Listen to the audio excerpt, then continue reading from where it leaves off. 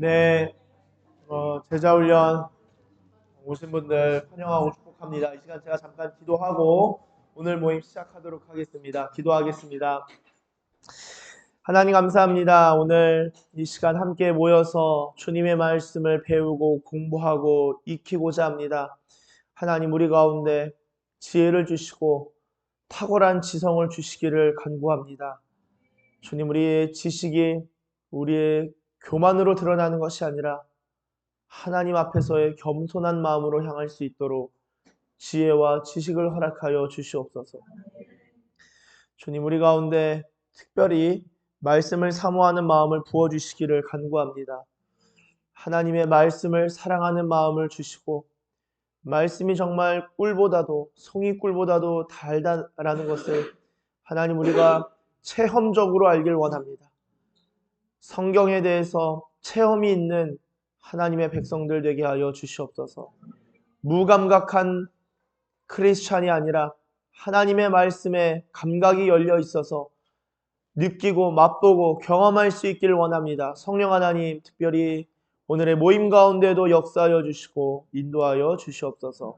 감사드리며 예수님의 이름으로 기도드립니다. 아멘. 네, 감사합니다. 자, 오늘 교재를 다 받으셨을 텐데요. 자, 제가 지금부터 시간 6분 드리도록 하겠습니다. 이 교재를 한번 다 읽으시는 것은 무리이실 테고요. 한번 스캔하신다라는 마음으로 한번 읽어보시면 좋겠습니다. 6분, 11분, 네, 11분 드리겠습니다. 시작.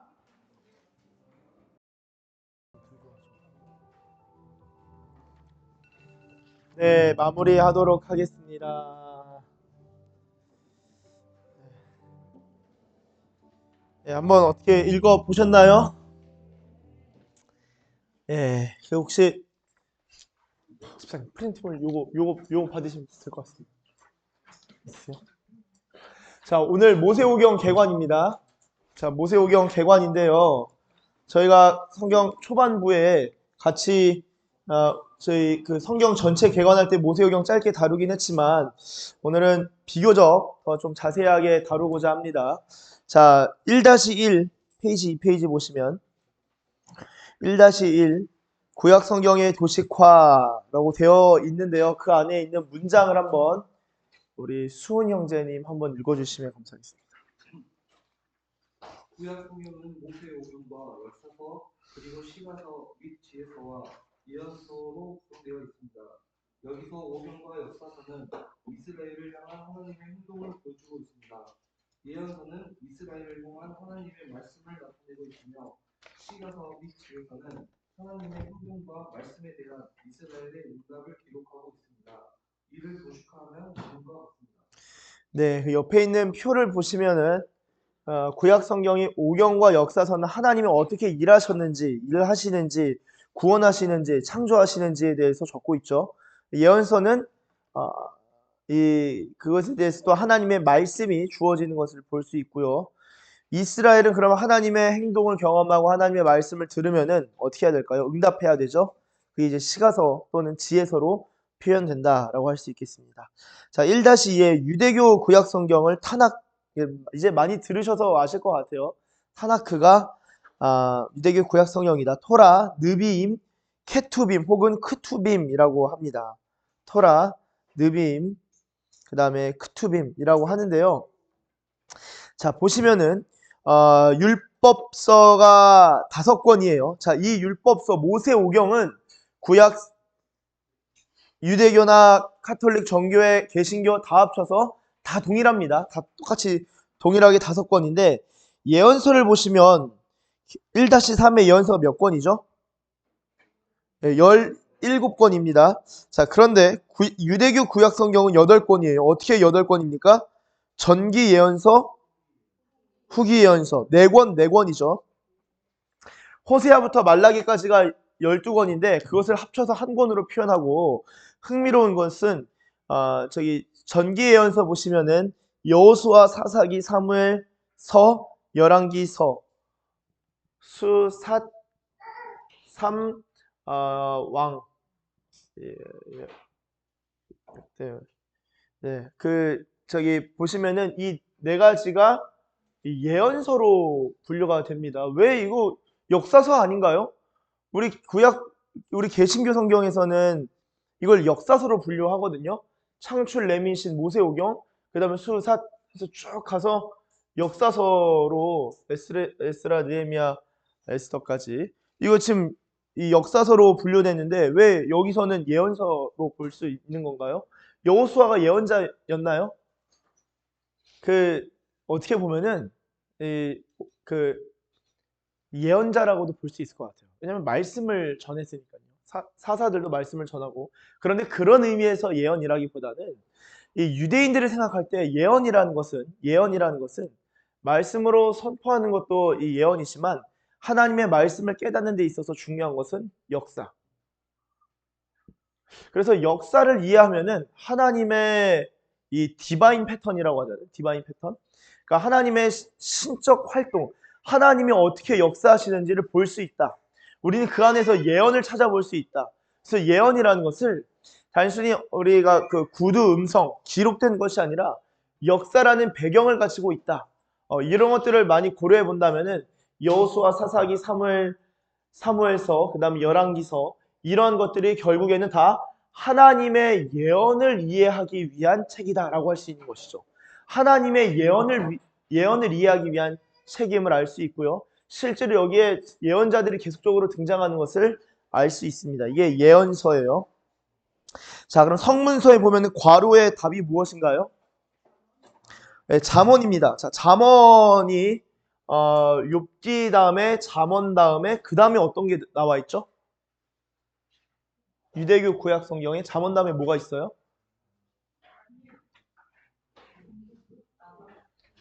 네, 룻 나와 있죠? 네, 제가 잘못 썼나 순간. 네.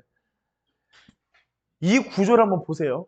자, 왜 이렇게 제가 왜 여기다가 괄호를 쳐놨을까요? 여러분 잠언이 몇 장으로 구성되어 있습니까? 31장이죠. 그럼 잠언 31장의 내용이 뭔 줄 아세요? 아, 예. 지혜인데 무슨 지혜죠? 현숙한 여인에 대한 것으로 마무리가 됩니다. 한번 찾아보겠습니다. 성경 다 찾아보세요. 자, 잠언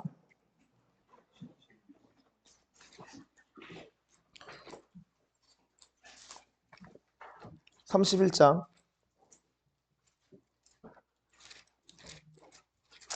자, 31장을 보시면 31장 10절. 잠언 31장 10절. 자, 한번 우리 여성분들 한번 읽어주시면 감사하겠습니다. 시작.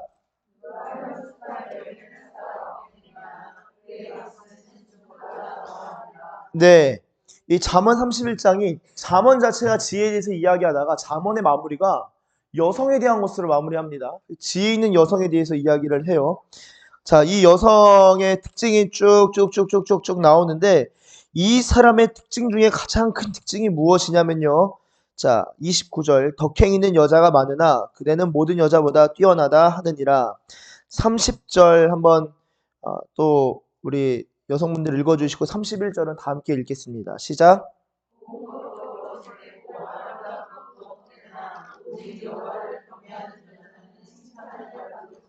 같이 읽습니다. 그 손의 열매가 그에게로 돌아갈 것이요 그 행한 일로 말미암아 성문에서 칭찬을 받으리라.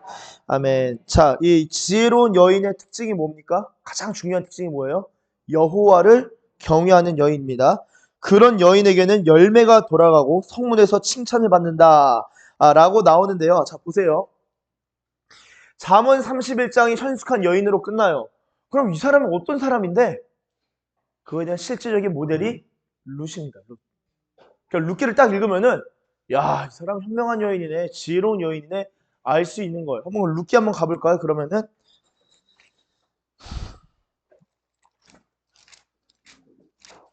자, 사사기 룻기. 자, 룻기 1장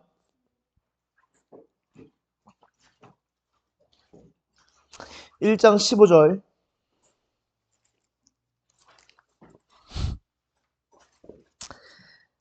아, 제가 읽겠습니다. 루키 찾으셨나요? 1장 15절 제가 읽겠습니다. 나오미가 또 이르되 보라 네 동서는 그의 백성과 그의 신들에게도 돌아가나니 너도 너의 동서를 따라 돌아가라 하니 남편들이 다 죽었죠. 나오미의 두 아들이 죽었습니다. 그 말은 이제 이 룻의 남편이 그 오르바와 룻 다 남편들이 죽은 거예요. 그래서 남편이 없으니까 뭐 있을 수가 없잖아요. 돌아가라. 16절 룻이 이르되 내게 어머니를 떠나며 어머니를 따르지 말고 돌아가라 강권하지 마옵소서. 이 시어머니죠 여기서 어머니가 시어머니께서 가시는 곳에 나도 가고 어머니께서 머무시는 곳에서 나도 머물겠나이다. 왜 시어머니랑 이렇게 살고 싶어 했을까요? 남편보다 시어머니가 더 좋았을까요? 그 이유가 뭐냐면은 어머니의 백성이 나의 백성이 되고 어머니의 하나님이 나의 하나님이 되시리니 여기서 중요한 것은 룻의 신앙과 관련된 겁니다. 룻의 신앙과 관련돼요. 18절 나오미가 집니다. 나오미가 룻이 자기와 함께 가기로 굳게 결심함을 보고 그에게 말하기를 그치니라. 그리고 이제 돌아오게 되는데요. 보아스 밭에 들어가게 되죠. 자, 13절, 2장 13절. 12절부터 제가 읽겠습니다. 여호와께서 네가 행한 일에 보답하시기를 원하며 이스라엘의 하나님 여호와께서 그의 날개 아래 보호를 받으러 온 내게 온전한 상 주시기를 원하노라 하는지라. 보아스가 말합니다. 친족이죠. 룻이 뭐라고 대답하냐면요. 13절 내 주여 내가 당신께 은혜 입기를 원하나이다. 나는 당신의 하녀 중에 하나와도 같지 못하오나 당신이 이 하녀를 위로하시고 마음을 기쁘게 하는 말씀을 하셨나이다 하니라. 이후에 이제 보아스의 가족으로 이제 편입이 됩니다. 이후에는요. 자, 여기서 4장으로 넘어가 보시면요. 자, 11절 제가 읽겠습니다. 이게 결국엔 보아스의 아내로 맞아들이게 됩니다. 근데 보세요. 11절. 성문에 있는 모든 백성과 장로들이 이르되 우리가 증인이 되나니 여호와께서 내 집에 들어가는 여인으로 이스라엘의 집을 세운 라헬과 레아 두 사람과 같게 하시고 내가 에브라스에서 유력하고 베들레헴에서 유명하게 하시기를 원하며 여호와께서 이 젊은 여자로 말미암아 내게 상속자를 주사 내 집이 다말이 유다에게 나아준 페레스의 집과 같게 하시기를 원하노라 하니라. 네. 그리고 결론으로 룻기에서 룻이 어느 정도까지 이제 평가가 되냐? 15절 보세요. 15절. 4장 15절. 이는 내 생명의 회복자이며 내 노년의 봉양자라 곧 너를 사랑하며 7 아들보다 귀한 내 며느리가 낳은 자로다 하니라. 아멘. 자, 보세요. 룻이 어느 정도입니까? 룻이 어떻게 평가가 되냐? 7 아들보다 귀한 내 며느리. 아니 아들이 귀하지 무슨 며느리가 귀해요. 성경 잘못 썼네. 근데 지금보다도 이 고대 근동에서 아들이라는 것은 상당히 훨씬 더 지금과 비교할 수 없을 정도로 중요한데 룻의 가치가 7 아들보다도 가치가 더 높게 평가가 됩니다. 그러니까 룻이 지혜롭게 행한 바 하나님을 경외하고 결국에는 하나님을 경외하는 신앙을 택해서 자신의 고향으로 돌아가면 여호와 신앙을 포기해야 됩니다. 신앙할 수 없어요. 남편은 죽었고 원래는 이 유대법에 뭐가 있냐면 형사취수죄가 있잖아요. 그러니까 이 남편이 죽었어요. 그러면 그 동생을 줘야 된다고요. 그 남편을. 왜냐면은 그 자손이 계속 이어질 수 있도록 어떻게든 해줘야 되는데 나오미가 뭐냐면은 내가 이제 아들도 낳을 수 없는데 너 이제 남편 없다. 근데 뭐라고 하냐면 여러분 남편이 없다는 것은요 단순히 남편 없는 게 아니라 나의 보호자가 없는 거예요. 재산권부터 해가지고 내가 거주권부터 해서 나의 모든 것들을 보호받을 수 있는 가능성이 제로가 되는 거예요. 그러면 룻이 나오미를 따라간다는 것은 자신의 어떤 보호권들을 다 포기하고 그냥 어머니 따라서 가난하게 살겠습니다. 결단한 겁니다. 내가 내 터전을 다 잃어버리고 여호와를 내가 하나님을 알게 됐는데 이 신앙 하나 보고 유대 땅으로 들어가겠다라는 거예요. 게다가 유대인들은 이미 그 주변에서 소문이 났어요. 이방인들 굉장히 싫어하는 걸로. 본인 이방 여자예요. 남편 없어요. 어머니만 있어요. 어떻게 가서 삽니까? 근데 여호와를 경외하는 신앙 때문에 따라온 거예요. 그 이후로 일이 풀어지면서 룻기가 자 오늘 교재 보시면은 1-3 역사서에 또 괄호에 뭐가 있죠? 답이 뭡니까? 여호수아 사사기 룻기죠. 그렇게 룻기가 기록이 되게 되는 것입니다. 그래서 현숙한 여인의 실제적인 롤 모델로서 룻이 제시가 되는 거고요. 이것을 유대교 성경이 아니라 우리 개신교 성경에서는 룻기가 이제 사사 시대죠. 그래서 사사기 다음에 연결되고요. 룻기 다음에 나온 게 무엇이죠? 사무엘 상하죠. 사무엘 상하에 누가 등장하죠? 다윗이 등장하는데요. 룻 한번 다시 4장. 자, 4장 18절부터 쭉 읽어보시면 룻기 4장 21절. 살몬은 보아스를 낳았고 보아스는 룻의 남편이 됩니다. 보아스를 낳았고 보아스는 오벳을 낳았고 오벳은 이새를 낳고 이새는 다윗을 낳았더라. 그래서 룻 사사 시대와 왕정 시대의 연결고리로서 룻이 제시되는 겁니다. 이해되시나요? 이 얘기는 아마 많이 들어보셨을 것 같아요. 그래서 다윗이 어떻게 나왔는가? 왜 다윗인가? 이 질문이 왜 나왔을까요? 이스라엘 초대 왕이 누구라고요? 그렇죠. 사울이 먼저 나오는데 왜 사울을 굳이 밀어내고 베냐민 집파 사울이 왜 탈락하고 왜 다윗이냐고. 얘가 뭔데? 이 사람 뭔데? 이 사람 룻으로부터 나온 자손이다.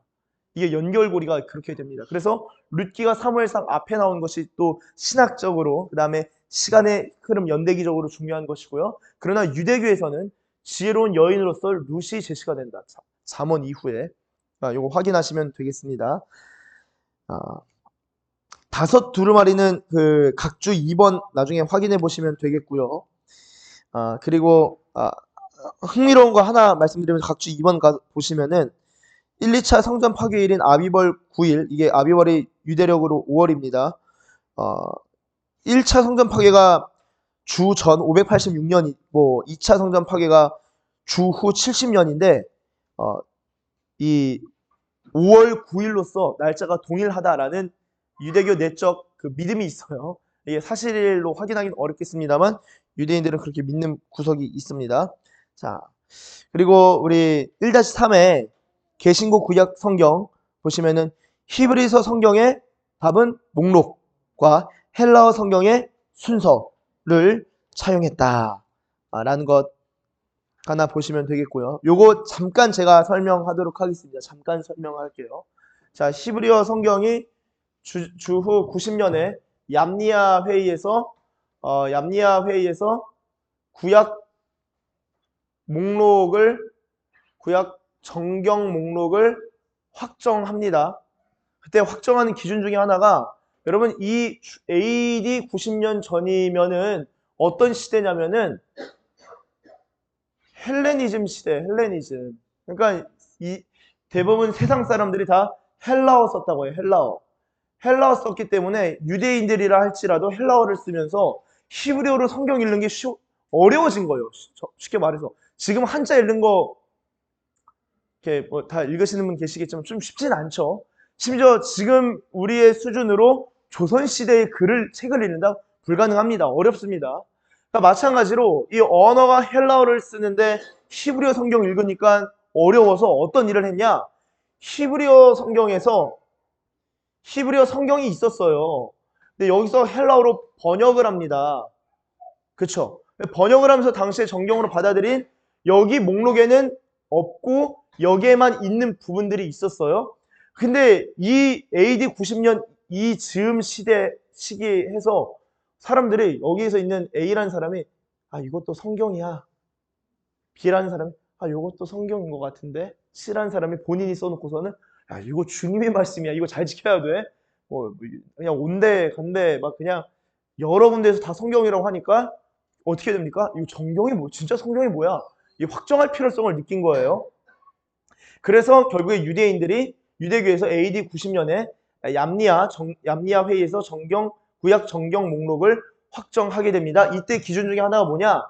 원래 히브리 성경에 있는 것만, 그리고 헬라어 성경에는 있는데 여기에는 없는 것, 그런 것들을 다 뺀다. 그래서 원래 히브리어 성경에 있는 여기는 24권이죠. 24권, 여러분 24라는 숫자가 오늘 숫자 많이 써놨는데 12 곱하기 2입니다. 그래서 이스라엘의 12지파, 그 다음에 신약의 12제자, 이런 24라는 12의 배수를 좋아하는 구석이 있어요. 그래서 나머지를 다 사무엘서, 열왕기서, 그 다음에 후기 예언서 이런 식으로 24 숫자를 맞추는 이게 특징이 있어요. 유대인들의 특징을 좀 이해하실 필요가 있습니다. 그래서 이 정경을 확정하는데 헬라어 성경도 그대로 쓰이거든요. 이후에 헬라 시대에서 어떤 시대로 넘어가죠? 라틴어 시대, 그러니까 로마를 중심으로 한 라틴어가 이제 많이 쓰인다고요. 세계 공용어까지 가나요? 모르겠네요. 하여튼 이 라틴어가 많이 쓰여요. 근데 또 라틴어 쓰다 보니까 성경 읽기 어려워진 거예요. 히브리어도 배워야 되고 헬라어도 배워야 되고. 그러니까 아예 어떻게 하냐? 히에로니무스라는 사람을 그 전에도 구울 라틴어역 성경이 있긴 하지만 제롬이 번역을 전반적으로 다 합니다. 라틴어 성경을. 그것을 불가타라고 해요. 불가타. 벌게이츠. 그래서 헬라어에서 라틴어로 다 번역을 다 합니다. 그러면 이 성경을 언제 그 정경으로 확정하냐? 저희는 이 우리 개신교는 마틴 루터가 종교 개혁을 하죠. 마틴 루터가 1517년 종교 개혁을 합니다. 그때 어떻게 하냐면은 오직 믿음으로 구원받는다. 그래서 성경에 대한 그 강조가 확 일어나요. 그러면서 여기서 나와 있는 외경들 다 없애고 유대인들 24권을 받아들이자 이 그대로 받습니다. 그러면 왜 우리 구약 성경은 39권인가요? 24권 아까 말씀드렸죠? 목록과 내용에선 같다. 그러나 순서는 헬라어 성경만 차용했을 뿐이다. 그래서 여기서는 사무엘 서지만 24권 그대로 받아들일 때 이것을 상하로 나눈 거죠. 상하권으로 나눈 거죠. 그다음 예언서도 호세아 다 쭉 나눈 겁니다. 이해되시나요? 내용 같습니다. 근데 우리 개신교가 여기서 막 구약 정경 딱 하니까 이 천주교에서도 우리도 구약 성경 한번 확정하자 그래가지고 트렌트 공의회 때 라틴어 성경, 불가타 성경 제롬이 번역했던 이때 기준 1500년대 기준으로 약 1000년 전에 번역했던 이 성경을 정경으로 받아들이는 거예요. 자, 그러면 여기서 그대로 번역했죠. 그럼 헬라어 성경에는 뭐가 있었냐? 외경이 있었다고요. 있는 그대로 이것을 정경으로 받아들이는데 개신교에서는 이것을 외경으로 인정하지 않으니까 이것을 제2경전, 제2정경이라는 표현을 가지고 해서 외경을 받아들였다라는 것입니다. 이해가 되시나요? 설명을 짧게 했습니다. 한번 들으시면 되고 그 다음부터 모르셔도 되는 이야기. 네, 한번 설명은 필요하기 때문에 이런 것이고, 여기서 한 가지 더. 여러분, 기독교라는 것은 기본적으로 뭐죠? 예수님에 대한 거, 예수님을 메시아로 믿는 것인데 크게 두 부류가 있습니다. 두 부류를 어떻게 나눌 수 있을까요? 기독교를 대부분 구교, 신교 이렇게 말하시면 훌륭합니다. 근데 그보다 더 나아가서 천주교, 개신교죠. 구교, 신교가 천주교, 개신교인데 그것보다 더 나가면요, 동방교회랑 서방교회예요. 사실은 원래 기독교는 그냥 기독교 예수님 믿는 사람들이 있었는데 동방교회랑 서방교회로 나뉩니다. 동방교회는 이스턴 처치고 서방교회는 웨스턴 처치예요. 동방교회는 콘스탄티노플이 메인 핵심이었고 서방교회는 어디가 핵심입니까? 로마예요. 로마. 자, 로마 터키고 여기는 이탈리아 로마죠. 가까워요? 멀어요? 멀어요.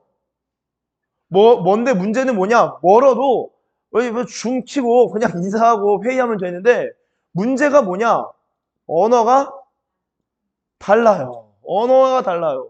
여러분, 한국 사람이 신학을 하는 것과 유럽 사람이 신학하는 것은 사고 구조부터가 다릅니다.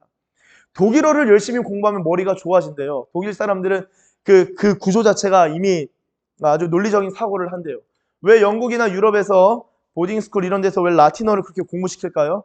라틴어 자체가 규칙을 가지고 언어를 진행시키는 거기 때문에 그 머리 안에서 규칙적인 사고를 하게 됩니다. 언어 자체가 그래요. 자, 우리나라 말 노랗다를 어떻게 번역합니까? 옐로우. 자, 그러면 샛노랗다는 어떻게 번역합니까? 노르스름하다는요? 누르딩딩하다, 누리끼리하다. 이거 어떻게 번역할 거예요? 번역 안 되죠. 언어 자체가 다르면은 사고의 구조가 다릅니다. 그렇기 때문에 동방교회랑 서방교회가 점점 멀어진 거예요. 근데 문제가 하나 더 있어요. 자, 동방교회의 경우는 콘스탄티노플을 중심으로 하는데 동방 정교회, 올스처치 정교회라고 할 때 여러분 뭐가 있습니까? 그리스 정교회 들어보셨어요? 러시아 정교회 들어보셨어요? 그러면은 에티오피아 정교회 한번 들어보셨을 수도 있습니다. 자, 가까워요? 멀어요? 무지하게 멉니다. 이게 여기는 유럽이고 여기 러시아 유럽 축으로 들어가나요? 러시아는 또 다르죠. 러시아 내에서도 끝에서 끝은 너무 광활하니까. 에티오피아는 아프리카잖아요. 이게 다 정교회인데 너무 떨어져 있습니다. 언어도 다르고 떨어져 있는데 정교회는 같지만 떨어지다 보니까 어떤 특징이 있냐? 독자성을 인정해 줄 수밖에 없어요. 그래서 정교회의 구약 성경 목록은 제가 53권이라 쓰긴 했지만 49권이라고 하는 데도 있고 그보다 더 적다고 하는 데도 있고 차이가 또 이 안에서도 있습니다. 자, 이해가 되시나요? 그러면 동방교회랑 서방교회가 있는데 서방교회는 뭘로 이제 나뉘는 거죠? 여기서 이제 카톨릭과 개신교 나뉩니다. 자, 그러면 카톨릭의 구원이 있나요, 없나? 이런 질문 이제 이따 Q&A 나오겠죠? 이게 그런 것들도 질문해 보셔야 돼요. 어떻게 생각해야 될지. 자, 이거 간단하게 제가 설명을 일단은 드립니다. 이해되셨죠? 이게 그래서 구약 성경이 차이인데 신약에 있어서는 차이가 있다 없다? 없습니다. 신약은 27권 다 똑같이 동일합니다. 구약에서만 차이가 있어요. 자, 이해되셨죠? 자, 다음, 네, 3페이지입니다. 오늘 쭉 강의를 진행해 나가기 때문에 그냥 편하게 따라오시면 되겠습니다. 자, 5경에서 히브리어 성경을 보면은 성경의 가장 앞단어 내지는 두세 번째 내지는 네 번째 단어를 택해서 성경의 각 권의 맨 처음 나온 단어를 택해서 그 성경 책의 이름으로 삼았고요. 헬라어 성경 아까 설명했죠. 헬라어 성경은 베레시트로 하지 않고 게네시스란 단어를 썼습니다. 그리고 출애굽기는 엑소더스. 이게 이미 번역을 하면서 한번 신학적인 작업이 들어가는 거예요. 번역이라는 게 그렇겠죠, 당연히. 네, 그래서 우리나라에도 그 책 있잖아요. 번역은 반역이다. 그렇죠? 그렇게 다 된 겁니다. 그래서 흥미로운 것은 민수기는 베미드바르, 광야에서 읽는 책, 광야에서의 책. 그러나 그리스도에서는 아리스모이, 숫자들. 그러니까 수를 세는 것이 중요하다. 이게 강조점이 확 달라지는 거예요. 바이크라는 뭡니까? 이것을 그리고 그가 부르셨다. 회막에서 하나님이 부르신 겁니다. 부르셨다. 근데 이제 그리스도 헬라어 성경에서는 레위티콘. 이거 레위에 관련된 것이다. 해석이 다 다른 겁니다. 자, 이렇게 차이가 있구나라는 것을 한번 확인하시고요. 자, 창세기 들어가도록 하겠습니다. 자, 창세기 들어가시면은 자, 창세기는 크게 두 가지로 나뉘죠. 원역사랑 족장사랑 나뉩니다. 요거는 제가 많이 설명한 것 같은데요. 자, 구분해서 보시면 창조, 타락, 홍수, 바벨탑, 아브라함, 이삭, 야곱, 요셉, 그리고 구획으로 가보시면 자, 구획으로 가보시면은 7일 창조, 10개의 톨레도트, 그리고 족장들의 나이, 7일의 장례식이 있는데요. 제가 거기다가 아마 별표를 쳐놓은 것으로 알고 있습니다. 혹시 그 다음으로 저기 사모님 한번 좀 읽어주시면 감사하겠습니다. 톨레도트 첫 번째 줄 한번 읽어주세요. 네.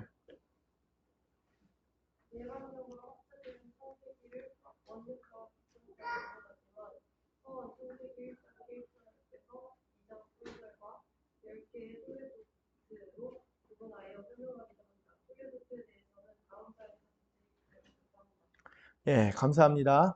자, 왜 이렇게 어려운 단어 이거 굳이 알아야 되는가? 여러분 잠깐 저를 봐주시면요. 저희 한번 그 기지개 한번 켜볼까요? 기지개 한번 좀. 예. 고개도 한번 좀 돌려보시고, 예, 당 보충도 좀 하시고요. 예, 산소가 좀 예, 물도 좀 드시고, 예. 박수 한번 잠깐 5초간 빠르게 한번 박수 쳐보도록 하겠습니다. 시작.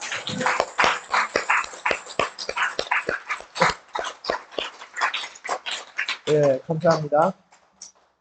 여러분, 제가 오늘 모세오경 공부하면서 뭘 아셔야 되냐? 하나님이 그냥 누구 한 명 잡아가지고 강렬한 감동을 주셔서 막 신들린 연기하듯이 광기 어리게 막 성경을 쓴 게 아니라 구조와 설계와 디자인이 있구나. 이거를 보고 가셔야 돼요. 그래서 성경을 읽을 때 이게 그냥 쓰인 게 아니고 이거 왜 써있나? 이거 뭐하러 기록됐나? 하는 부분들이 뭐하러 기록됐나 쓸모없는 데가 아니라 쓸모가 있고 의미가 있다. 요거를 캐치하고 가시면 됩니다. 그래서 오늘은 제가 보면서 설명하는 것들이 좀 이렇게 많을 거예요. 자, 이 창세기를 두 가지로 구분하면 원역사랑 족장사인데, 또한 나누면 선, 창조 부분과 나머지는 10개의 톨레도트로 구분하여 설명하기도 한다. 톨레도트는 이제 뒤에서 제가 한 번 더 설명을 하도록 하겠습니다. 그리고 별 2개짜리 있죠? 족장들의 나이. 이걸 다 각주 처리하려다가 그 뒤로 밀리길래 그냥 다 본문으로 다 빼낸 것입니다. 자, 족장들의 나이하고 괄호하고 17이 되어 있는데 한번 잠깐 저를 봐주시면 감사하겠습니다. 여러분, 아브라함의 나이가 몇 살인가? 아브라함이 몇 살에 죽었나요? 175세. 아브라함 그 다음에 이삭의 나이는 몇 세에 죽었나요? 네. 그 다음 야곱은요? 자, 아브라함, 이삭, 야곱. 자, 보시면은 이 17이라는 게 뭐냐? 그 유대인들은 왜 숫자를 중요하게 여길까요? 그럼 유대인들 왜 숫자 중요하게 여길까요? 여러분, 유대인 알파벳에는 숫자 값이 있습니다. 그래서 A, B, C, D, E, F, G. 이거 유대인 알파벳은 아니에요. 예, 근데 이제 이 헬라어도 마찬가지입니다. 뭐 666 이런 게 숫자 값이 있는 거예요. 한번 쭉 가볼게요. 이게 어떻게 되냐? 1, 2, 3, 4, 5, 6, 7, 8, 9, 10.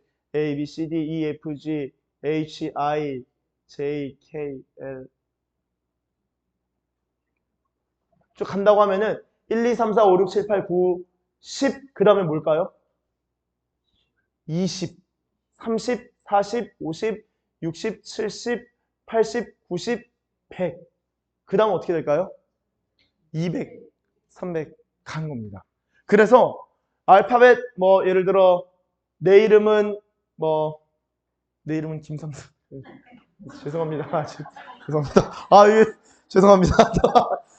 제 이름 황진호죠. 뭐 예를 들어 이게 뭐 MACE라는 사람이다. 그러면 MACE 하면은 40 하고 1, 3, 12, 5. 그러면은 숫자 값이 어떻게 되죠? 49인 거예요. 이해되시나요? 이게 유대인들이 이런 그러니까 단어를 가지고 그 숫자화하는 일들을 많이 했습니다. 그래서 유대교에는 수비학도 많이 발전하고 수 안에서 어떤 수 안에서 그런 어떤 신비적인 것들을 찾는 것도 많이 발전하고 게마트리아도 많이 발전했는데요. 자, 175라고 할 때 제가 거기다 써놨습니다. 뭐 보시면은 자, 5 곱하기 5 곱하기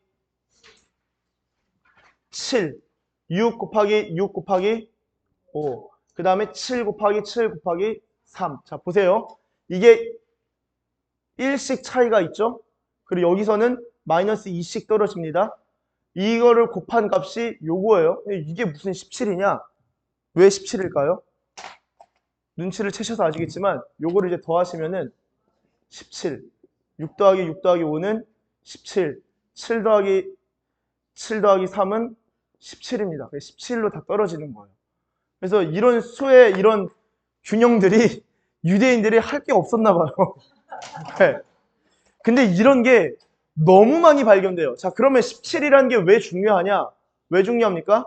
고대 근동에서 10과 7은 완전수에 해당한다. 자, 10계명에 몇 개 있어요? 계명이? 10개 있죠. 세상은 며칠 만에 창조됐죠? 7일 만에 창조됐죠.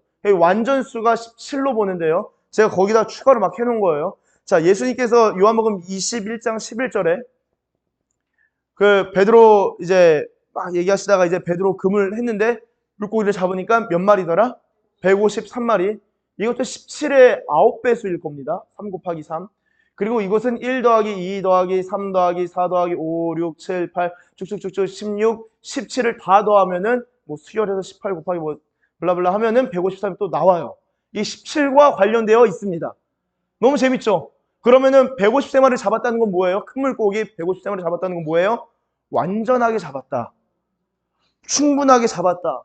원래 베드로는 어부였다. 근데 주님 말씀한 이상하다 했는데 베드로가 감당할 수 없게 그 그물을 내리는 순간 하나님의 완전을 경험한 거예요. 153.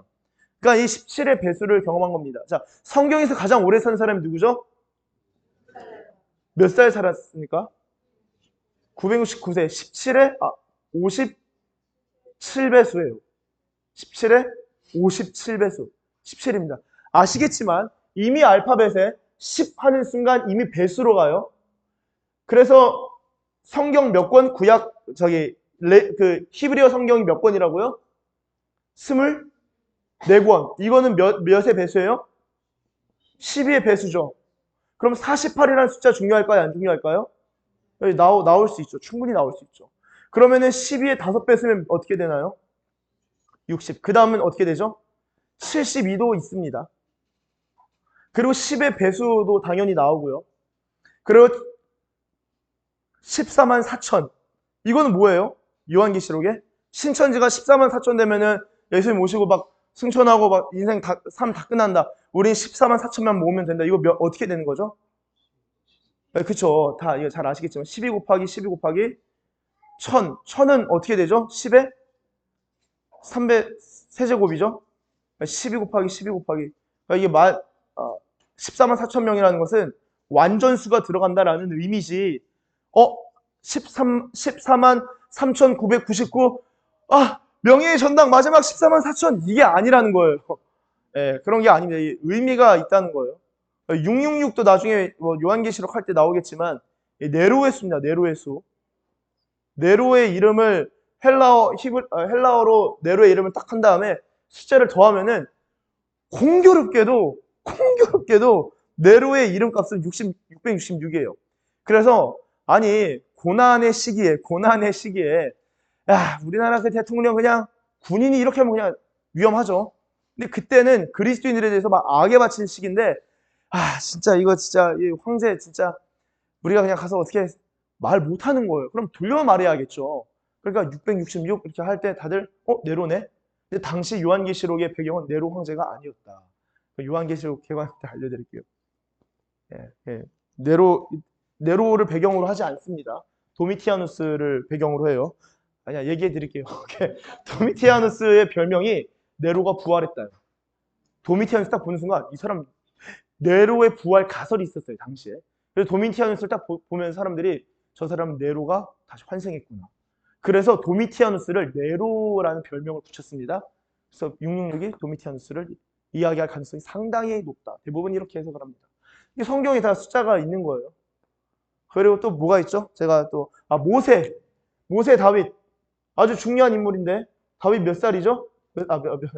일은 많이 사셨네요. 네, 모세 120세까지 살았습니다. 이것도 마찬가지죠. 12 곱하기 10. 근데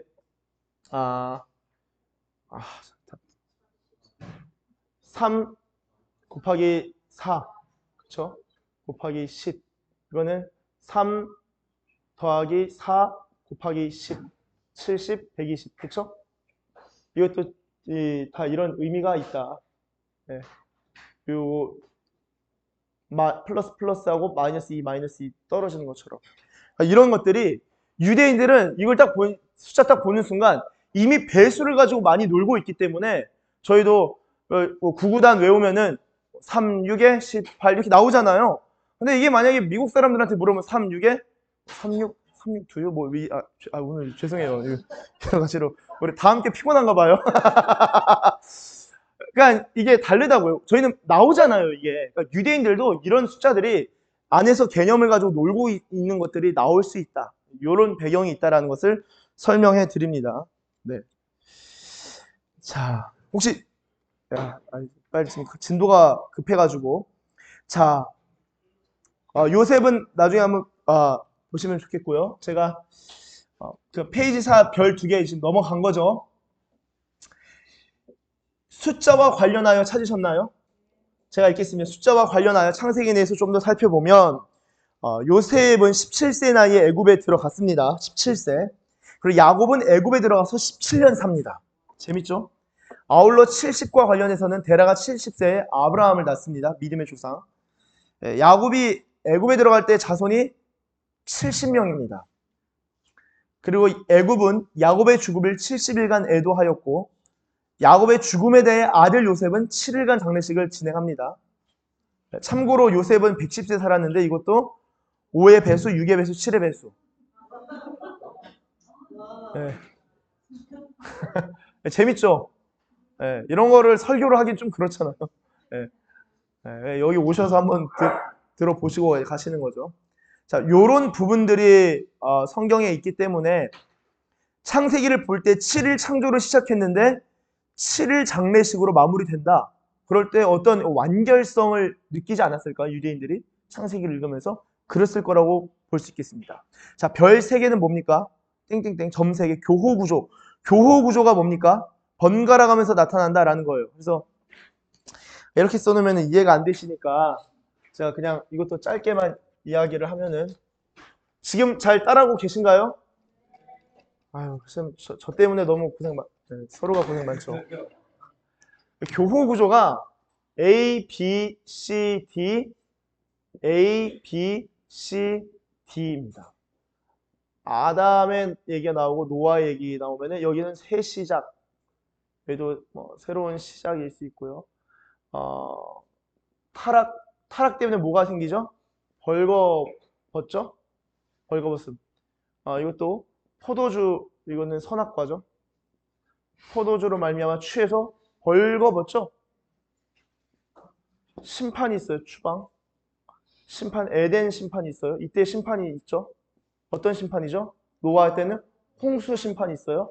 구원이 있죠. 하나님이 옷을 입혀주시고 새롭게 살 수 있게 자녀를 또 허락하시죠. 그래서 여기서도 하나님께서 구원하시죠. 방주. 그렇죠? 그래서 또 자손들을 허락하신 이게 교호 구조다. 그럼 동심원 구조는 뭡니까? 컨센트릭. 자, 이게 교호 구조다. 자, 그러면은 동심원 구조는요. A, B, C, D, D 다시 C 다시 B 다시 A 다시 아브라함의 이야기. 이거를 지금 성경을 찾으면서 같이 보고 싶은데 시간상 좀 넘어갈게요. 저희가 갈 길이 바쁘기 때문에. 예를 들어 이 자손 언약이 나옵니다. 그냥 성경을 안 찾고 12장 나오죠. 내가 너 북줘서 자손 창대케 하리. 넌 복이 될지라. 여기서 누가 나오죠? 이삭으로 나옵니다. 그다음 여기에 누가 있죠? 이때 아브라함이 와이프 한번 팔아먹어요. 와이프. 이때 애굽에서 팔아먹죠. 이때도 한번 또 팔아먹어요. 언제 팔아먹죠? 이게 창세기 여기선 20장일 텐데 이때는 아비멜렉 때 한번 또 와이프 한번 사라 누님 한번 큰일 날 뻔했습니다. 예. 그러니까 요런 패턴들이 나타납니다. 조카 롯 나오죠. 롯 구원해요. 어떻게 구원하죠? 그돌라 오멜 왕 잡혀갔는데 소돔과 고모라 구원해내죠. 여기서도 롯 구원 받습니다. 어떻게 구원받죠? 소돔과 고모라 천사랑 씨름하면 10명만 의인 10명만 있으면 구원해 주세요. 그런 구원이 여기서 나타난다. 이해되시나요? 이런 게 동심원 구조인데 아브라함, 이삭, 야곱 다 동심원 구조로 이야기가 구성되어 있다. 여러분 창세기만 하더라도 이 구조가 상당합니다. 이게 다 히브리어의 문학의 기법들이 다 있는 거예요. 그러니까 성경을 저희는 물론 이거 뭐 알고 읽을 필요는 몰라도 한 구절 한 구절이 살아있는 하나님의 말씀인데 하나님의 말씀을 그냥 막 신들려서 그런 게 아니라 하나님이 정말 그 정교하게 우리 인간 그때 당시 유대인들뿐만 아니라 이후에도 충분히 그 성경을 통하여서 하나님의 음성을 들을 수 있고 하나님의 마음과 성품과 뜻을 이해할 수 있도록 이런 구조에 있어서 하나님께서 디자인하신 부분이 있다 없다? 있다. 감사합니다. 자, 2-2 하나님 나라와 언약. 자, 하나님의 언약이 창조 언약, 노아 언약, 아브라함 언약이 있죠. 그다음에 하나님의 백성으로 택함 받은 자들이 있고 하나님의 영토 에덴 동산, 방주, 가나안 땅이 있습니다. 자, 2-3 이제 톨레도트를 구분으로 한 창세기 구조를 볼게요. 자, 여기서 이 5페이지에 톨레도트 설명 한번 먼저 읽도록 하겠습니다. 요거는 혹시 한나자매 좀 부탁드릴게요. 한번 읽어주세요. 는 히브리어로 북부, 내륙, 대부 등을 의미한다. 이 톨레도트는 번역하면 헬라어로 게네시스이다. 헬라어 성경에서 창세기 게네시스는 이 톨레도트를 번역한 단어이기도 하다. 이렇게 볼 때 창세기는 근본적으로 기원에 대해서 이야기하고 있고 북부를 기준으로 이야기가 구성되는 구조를 가진다고 할 수 있다. 창세기는 성과 10가지 툴레로트로 구성되어 있다고 할 때 창세기는 말 그대로 기원에 대하여 기록하고 있는 말씀이라 할 수 있다. 참고로 위의 표의 술레부트는 11가지이지만 이 중에서의 족보를 하나로 묶어서 10개로 구분하죠. 네, 감사합니다. 그러니까 톨레도트는 족보, 내력, 계보로 번역하는데요. 이거를 헬라어 성경에서는 이 톨레도트란 단어를 따서 게네시스로 지은 겁니다. 그러니까 헬라어 성경에서 와우, 네, 좋습니다. 아이고, 예쁘네요. 자, 그 게네시스라는 이 단어가 이미 헬라어 성경에서는 족보, 내력, 기원, 그러니까 창세기는 기원에 대한 이야기를 말한다라는 것을 이제 알 수 있죠. 그래서 성경을 저희 4페이지 가보시면 2-3번 또 쭉 보도록 하겠습니다. 2-3번. 자, 창세기 2장 4절에는 하늘과 땅의 내력. 내용은 뭐냐면은 천지 창조될 때의 내력이고요. 자, 5장 1절은 아담의 계보입니다. 그래서 아담 자손의 계보를 소개하죠. 그 다음에 6장 9절은 노아의 족보가 나와요. 그리고 나서 이제 노아 홍수 이야기가 시작됩니다. 자, 그렇게 볼 때 11장 27절 데라의 족보가 나옵니다. 그리고 그 내용은 뭐예요? 아브라함 이야기가 시작됩니다. 자, 잠깐 저를 봐주시면은 X라는 족보가 나올 때 X에 대한 이야기가 아니라 족보의 끝에 나오는 Y에 대한 이야기가 시작되는 거예요. 그러니까 톨레도트 족보가 딱 나왔다라는 것은 이야기가 이제 곧 전환됩니다라는 거예요. 근데 10이라는 게 완전수라고 말씀드렸죠. 톨레도트가 창세기에 10가지의 묶음으로 되어 있다는 것은 창세기는 10가지 이야기 덩어리들, 그러니까 뭐 10개로 나누면은 그 앞에 뭐 11가지로 되는 건가요? 지금 그런 이야기 덩어리들이 붙어서 간다라고 할 수 있는 것이죠. 그래서 톨레도트를 중심으로 해서 창세기를 구분해 나갈 수 있다라고 말씀드립니다. 이런 이야기들, 족보가 왜 나왔어? 이거 불필요하게 왜 이렇게 있어?가 아니라 이야기 전환할 때 필요한 것이다 라고 볼 수 있겠습니다. 자, 그럼 3번 출애굽기 가도록 하겠습니다. 자, 출애굽기는 회원자매님 한번 첫 번째 문단 읽어주시면 감사하겠습니다. 출애굽기는 이스라엘 백성의 애국을 설치하는 스토리를 담습니다. 이스라엘 백성의 애국은 철저히 하나님의 능력으로부터 시작됩니다. 그래서 출애굽은 신구약 성경 전체를 관통하며 구원의 모습으로 등장하고 갑니다. 실제로 우리는 구원을 인간의 영혼에만 주시는 모습을 보게 됩니다. 그러나 출애굽기를 읽어 내려갈 때 하나님의 구원이 인간의 영혼에까지보다는 인간 그 자체에 임하는 것을 보게 됩니다. 특별히 애굽의 10가지 심판과 홍해의 기적, 및 만나와 베트라의 기적들은 하나님의 구원이 얼마나 위대한지를 보여줍니다. 또한 하나님의 구원은 우리의 현실과 무관한 관념이 아니라 오히려 우리의 현실에서 진정한 자유를 경험하게 하는 것임을 깨닫게 됩니다. 네, 다음 문단 우리 은식 형제님 한번 읽어주시면 감사하겠습니다. 이러한 출애굽기에는 성경의 주요 개념들이 등장합니다. 먼저는 유대인들의 주일절기, 유월절, 오순절, 시장절을 보게 되고 그것보다 가장 중요한 17년은 신해산에서 바로 사건이 나옵니다. 그리고 이후 교회와 성전의 본래 묶임으로 할 수 있는 성막 건축이 등장합니다. 그렇게 볼 때 출애굽이라는 구원은 목적과 결과라기보다는 시간이나 과정이라 할 수 있겠습니다. 하나님께서도 이스라엘을 출애굽시키기 위해 되어 예배와 절기를 지키게 하기 위함이라 말씀하셨습니다. 그 내용을 아래에서 살펴보도록 하겠습니다. 네, 각주 6번 보시면은 출애굽기 3장 18절 제가 읽겠습니다. 그들이 내 말을 들으리니 너는 그들의 장로들과 함께 애굽 왕에게 이르기를 히브리 사람의 하나님 여호와께서 우리에게 임하셨은즉 우리가 우리 하나님 여호와께 제사를 드리려 하오니 사흘길쯤 광야로 가도록 허락하소서 하라. 처음엔 좀 부드럽게 말했어요. 5장으로 가보면은 밑에 구절 있죠. 그 후에 모세와 아론이 바로에게 가서 이르되 이스라엘의 하나님 여호와께서 이렇게 말씀하시기를 내 백성을 아예 보내라. 그렇죠? 그러면 그들이 광야에서 내 앞에 절기를 지킬 것이니라 하셨나이다. 이 말은요, 이 절기에 대한 중요성이 상당하다. 절기라고 하면 저희는 추석 명절을 생각하지만 유대인들에게 있어서 절기는 무조건 예배입니다. 예배를 특정한 방식으로 드리는 것이 절기예요. 그러니까 예배로서 이해하시면 되겠습니다. 자, 출애굽기 맥 잡기 되어 있는데 초점 크게 3가지로 구분됩니다. 출애굽 사건, 율법 수여, 성막 건축. 여기서 무엇이 제일 중요할까요? 다 중요하죠. 다 중요하지만 율법 수여 별표. 율법서가 상당히 중요합니다. 여기서 언약이 체결되고 하나님의 백성으로 확인이 되는 거예요. 그렇죠? 네, 율법서가 상당히 중요하다. 그리고 한 가지 보실 게 출애굽 사건에 있어서 장소가 애굽에서 광야로 나와서 시내산으로 가는데요. 자, 이 출애굽기 19장에서부터 시내산이 나오는데요. 자, 한번 페이지 8페이지 가보시면은 레위기 맥잡기가 있습니다. 레위기 맥잡기. 레위기에서 장소가 어디입니까? 시내산. 여전히 시내산이네요. 자, 민수기 한번 가보도록 하겠습니다. 민수기는 10페이지입니다. 10페이지. 자, 민수기 10장 10절로 구분될 거예요. 아마도. 지금 민수기 10장 10절 장소가 어떻게 되나요?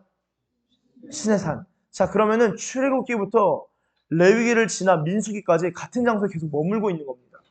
그러니까 이거를 모르면 이게 좀 어렵다 싶을 수 있겠는데요. 그러니까 지금 그 시내산에 계속 머물러 있는 겁니다. 그게 이제 8페이지 4-1번 8페이지 4-1번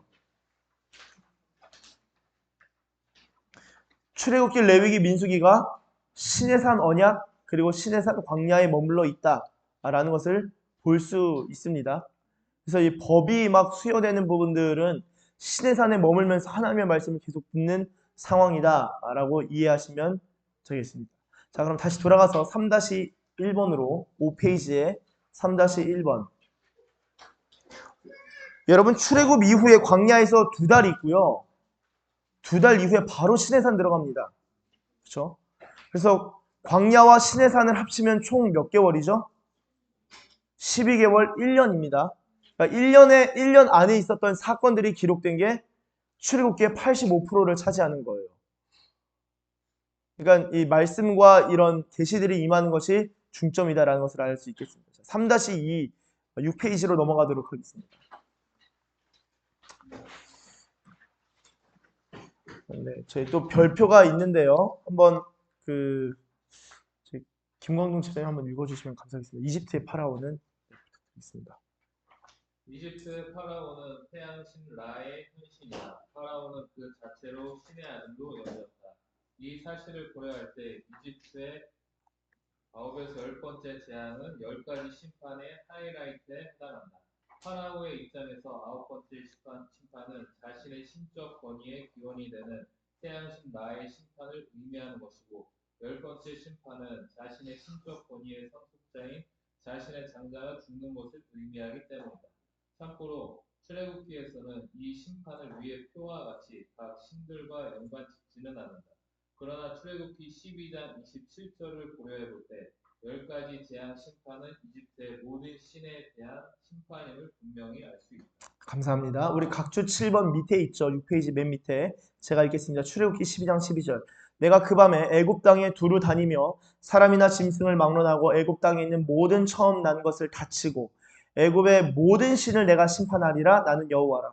그러니까 애굽의 10가지 재앙은요. 그냥 자연에서 일어난 기적을 보여주는 것이 목적이 아니라 하나님의 의도가 있었다. 여기에는 애굽의 신들이 심판되는 것이 곁들여져 있었다라는 것을 알 수 있습니다. 물론 이게 나일강 신의 하피, 헤케케페르를 구체적으로 성경은 언급하고 있지는 않지만 출애굽기 12장 12절을 고려할 때 이런 신들, 당시에 이런 신들이 있었기 때문에 그러니까 이런 신들에 대한 숭배, 우상숭배가 있었기 때문에 이 심판이라는 것을 볼 수 있고요. 재앙의 예고와 예고의 때 장소를 보면 이 역시 어떤 패턴, 반복되는 패턴이 있음을 보게 됩니다. 재앙의 예고는 유유무. 또 두 번째는 유유무.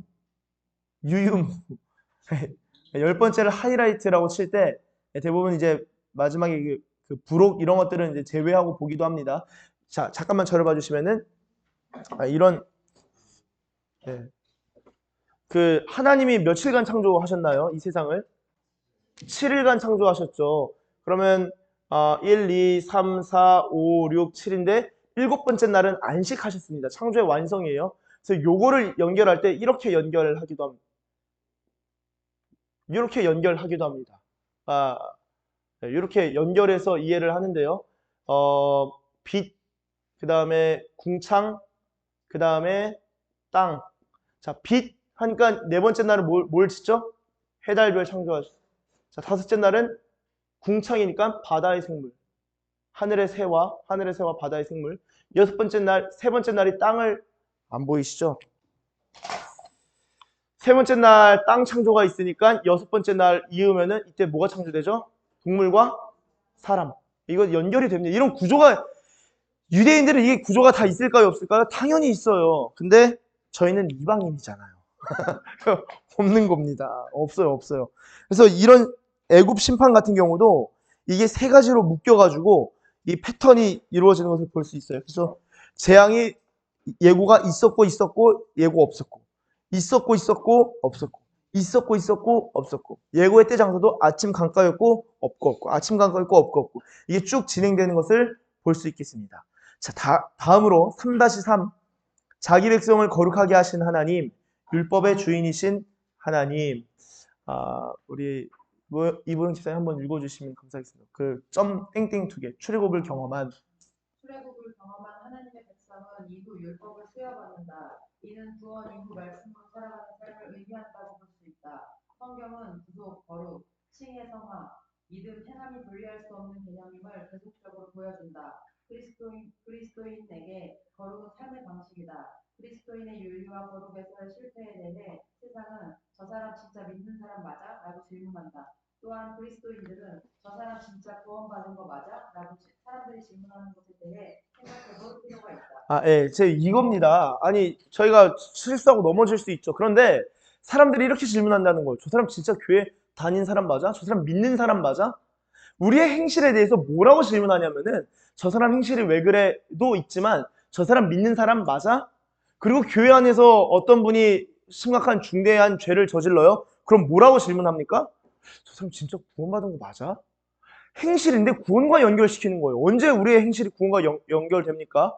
그런데 우리의 근원, 우리의 무의식 중에 그리고 성경도 이미 믿음과 행함이 연결되어서 나타나고 있기 때문에 여러분 우리의 행함에 있어서 믿음과 연결시켜서 생각해 볼 필요가 있다라는 것을 말씀드리고요. 그렇게 볼 때 이 신명이 아니라 십계명의 10가지 이 법전은 단순히 하라 말라 행함을 넘어서서 하나님을 신뢰하고 신앙하는 삶을 기반으로 하고 있다라는 것을 볼 수 있겠습니다. 그래서 십계명이 자유의 헌장이죠.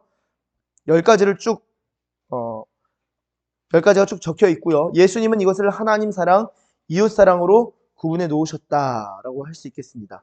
자, 여기까지 하고 잠깐 10분 쉬도록 하겠습니다. 네, 4시 50분에 다시 모이도록 하겠습니다.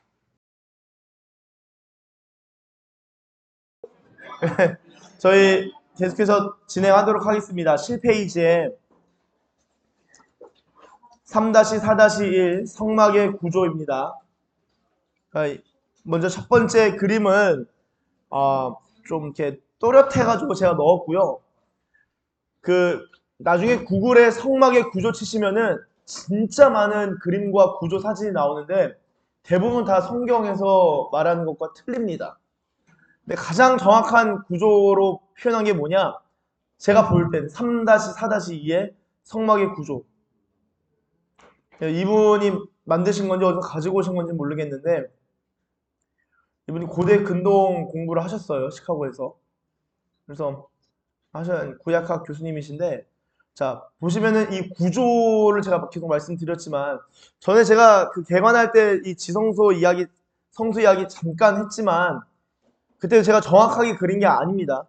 그래서 그거 좀 정정하는 말씀 드리고요. 자, 이 정사각형 한번 성경에 보니까 저희 지금 여기 지성소에 이 지성소가 정사각형으로 되어 있어요. 좀 크게 그렸네. 이 성막의 경우는 정사각형이니까 여기가 10규빗이라고 합니다. 10규빗. 성막 다음이 성전이죠. 솔로몬 성전. 솔로몬 성전에서는 지성소가 몇 규빗일까요? 이것도 다 정사각형 구조입니다. 정방형 구조죠. 20입니다. 이게 다 지성소예요. 지성소. 성막. 자, 그런데 에스겔 성전으로 가면요. 이 정방형이 정사각형 구조가 100규빗으로 됩니다. 이거는 이제 성전 자체가 되죠. 나중에 요한 에스겔 성전이고요. 요한 계시록에 가면요.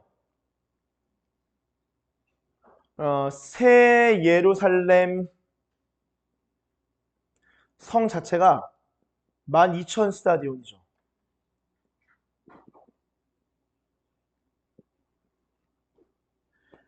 자, 다 정사각형 형태로 되어 있습니다.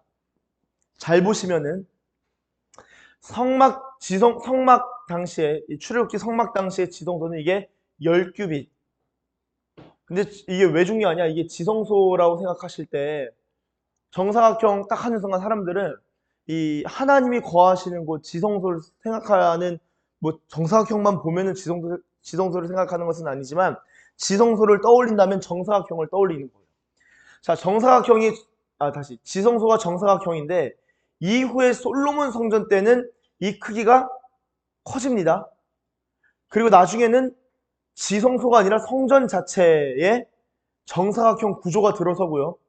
나중에는 이 지성소에서 이 내용들을 정리하면은 지성소에서 성전에서 성으로 가는 거예요.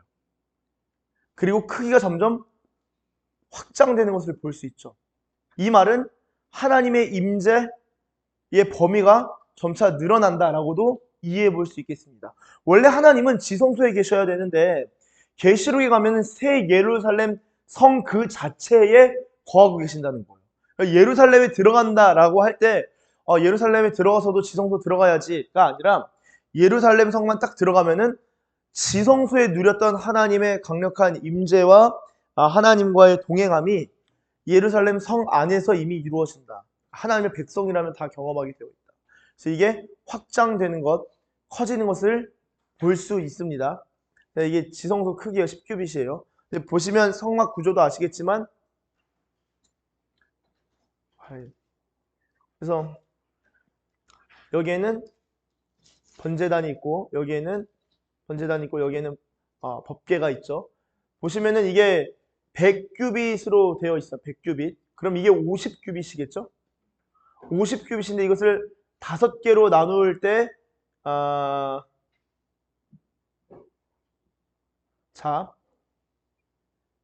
좀 잘 못 그렸지만 여기가 10규빗이면은 여기가 지성소죠. 지성소. 그럼 여기는 어떤 영역인가요?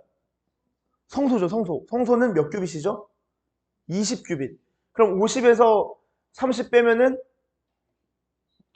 20. 완전히 정중앙에 위치해 있고 여기 20이고 여기 입구가 있고요. 번제단 있죠. 물두멍의 크기는 성경에 나와 있지는 않습니다. 번제단의 크기는 나와 있죠. 그래서 이런 위치 두는 구조도 그냥 아무데나 갖다 두고 그냥 직사각형으로 대충 한번 자리 좀 이렇게 만들어 봐. 이게 아니라 정사각형 구조 안에 정사각형 구조 이런 구조들이 나타난다. 이 에스겔에서도 수레 바퀴 안에 바퀴가 움직이는 것 이런 사고들이 이 성경에서 나타나고요. 솔로몬도 마찬가지입니다. 솔로몬의 경우도 이게 수치만 달라질 뿐이에요. 근데 1대2의 비율이 솔로몬 성전에서도 마찬가지로 나타납니다. 그러니까 이런 게 우리가 성막 성전에서 볼 수 있는 부분이다. 말씀드립니다. 자, 4번 이제 레위기입니다. 7페이지에. 레위기에 관련해서 정은혜 집사님 한번 위쪽 문단 한번 읽어주시면 감사하겠습니다. 보통 유대인들은 자기한테 성전을 걸칠 때 레위기부터 먼저 걸친다고 합니다. 레위기가 예배와 거룩을 기록하고 있기 때문입니다. 레위기는 족계는 레위인들에게 멸기는 이스라엘의 정체를 통한 하나님의 말씀입니다. 아무래도 그들을 길게 언급하고 있는 레위기를 읽는 것은 결코 쉬운 일이 아닙니다. 그러나 오늘 우리에게는 제사법과 수율법이 어떤 의미가 있을까라고 질문해 볼 때 레위기는 예배와 거룩이 하나님을 믿음을 생활 양식임을 내용을 구체적으로 제시하고 있음을 보게 됩니다. 또한 레위기는 모세 오경을 가운데에 위치했는데 그런 레위기의 안식일에는 속죄가 자비하고 없습니다. 속죄는 신약에서 말하는 핵심 메시지가 아니라 그가 중요한 핵심 메시지를 설득할 수 있는 부분이죠. 네, 감사합니다. 우리 다음 문단은 우리 장수희 집사님 읽으시면 감사하겠습니다. 이런 레위기를 마냥 어려워만 하지 않고 예수 그리스도 안에서 하나님의 백성이 된 우리도 오늘날 예배를 우리 삶의 중심에 두고 거룩을 생활 양식으로 삼아보면 어떨까요? 또한 핵심 중의 핵심에는 하나님의 용서, 즉 예수 그리스도의 속죄가 자리하고 있음을 생각하며 레위기를 접해보면 어떨까요? 그렇다면 이제 레위기의 내용들을 살펴보도록 하겠습니다. 네, 감사합니다. 다음 페이지입니다. 4-1 모세 오경과 레위기의 관계. 여러분 모세 오경을 그 T가 토라였죠. 토라. 한 가지 말씀드리면 토라는 야라에서 나옵니다. 야라. 야라는 뭐냐면은 뭐 던지다. 그래서 토라는 가르침을 의미해요. 가르침. 그냥 티칭입니다. 티칭. 그럼 창세기 이 언약으로 이 모세 오경을 언약의 관점으로 본다면 창세기는 아브라함 언약이고요.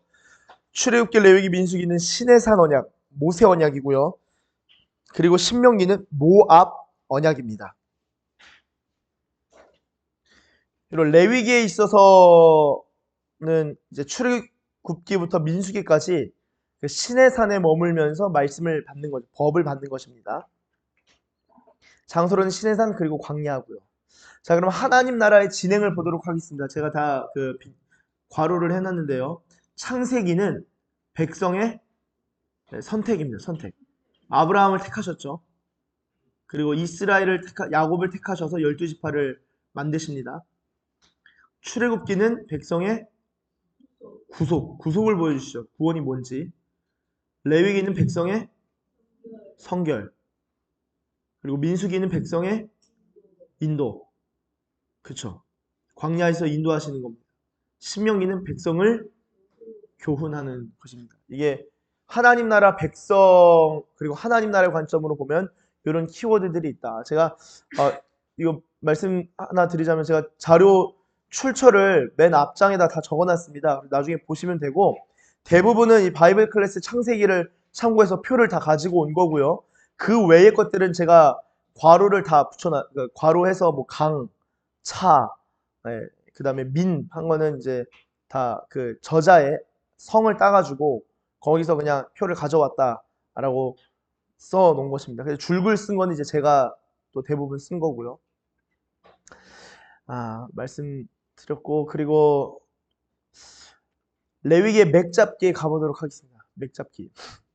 자, 가운데 보시면은 속죄일, 그렇죠?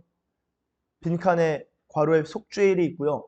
자, 속죄일을 가운데로 해서 양옆으로 정결과 거룩 규정이 있습니다. 그렇죠? 대칭이 되어 있어요. 그리고 또 대칭으로 한 칸 더 가면은 제사장 규정이 나옵니다. 그리고 한 칸 더 가면은 제사 규정, 절기 규정이 나옵니다. 제가 아까 절기는 뭐라고 말씀드렸죠? 예배가 중심이다. 그래서 제사도 예배를 의미하죠.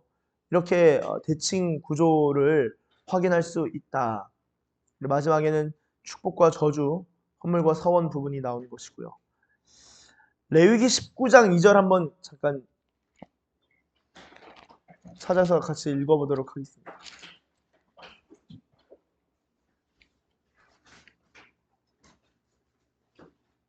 자, 레위기 19장 2절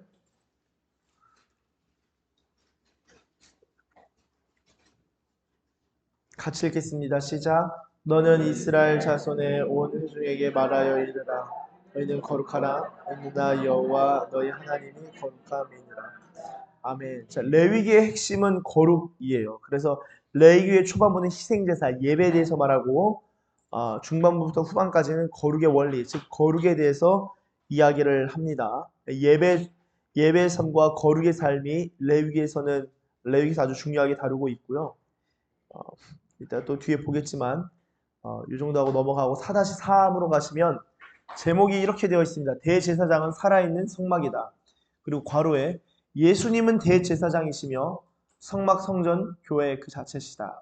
이렇게 써놨습니다. 자, 대제사장과 성막을 비교할 때 놀라운 유사점을 보게 됩니다.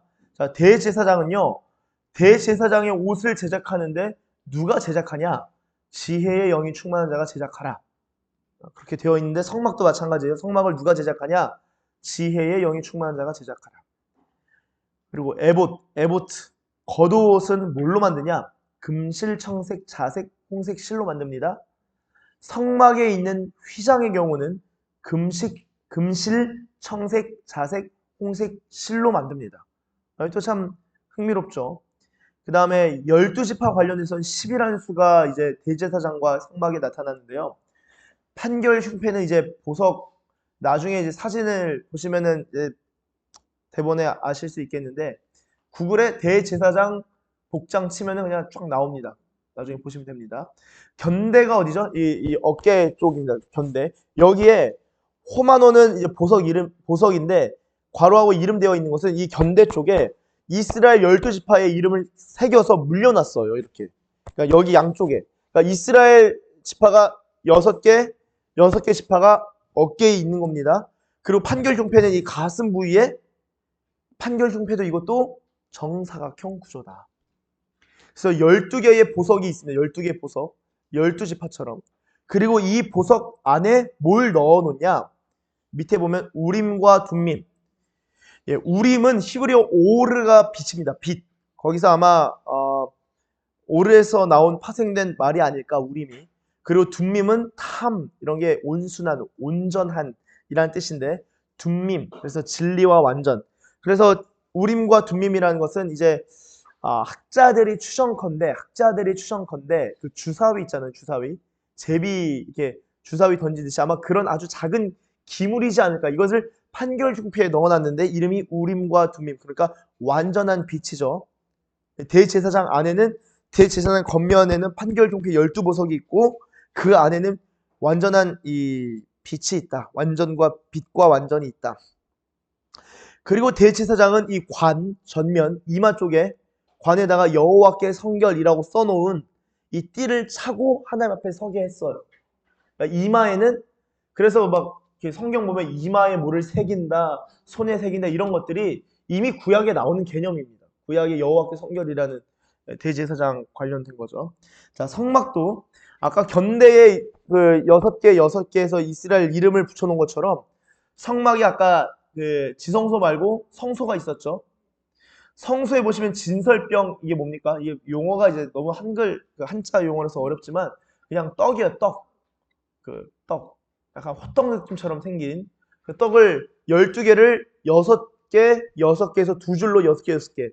그게 이스라엘을 상징한다라고도 보긴 하는데요. 잠깐만 저를 봐주시면요. 성소 안에 저를 보실 게 아니라 7페이지에 그림 한번 같이 보면 될 것 같습니다.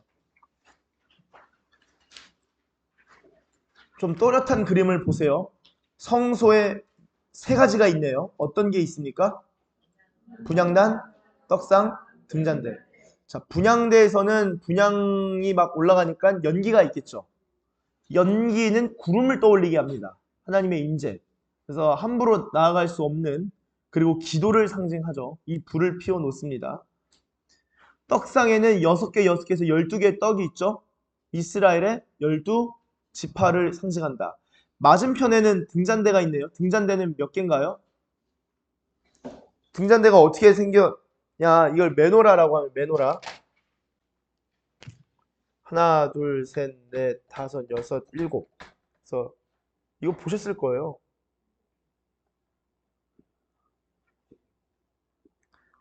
불 막 켜져 있는 거 이거 보셨죠? 이게 몇 개예요? 그러면은 불이 7불. 네. 이것도 앞에는 12개 여기 그림 그려놨네요.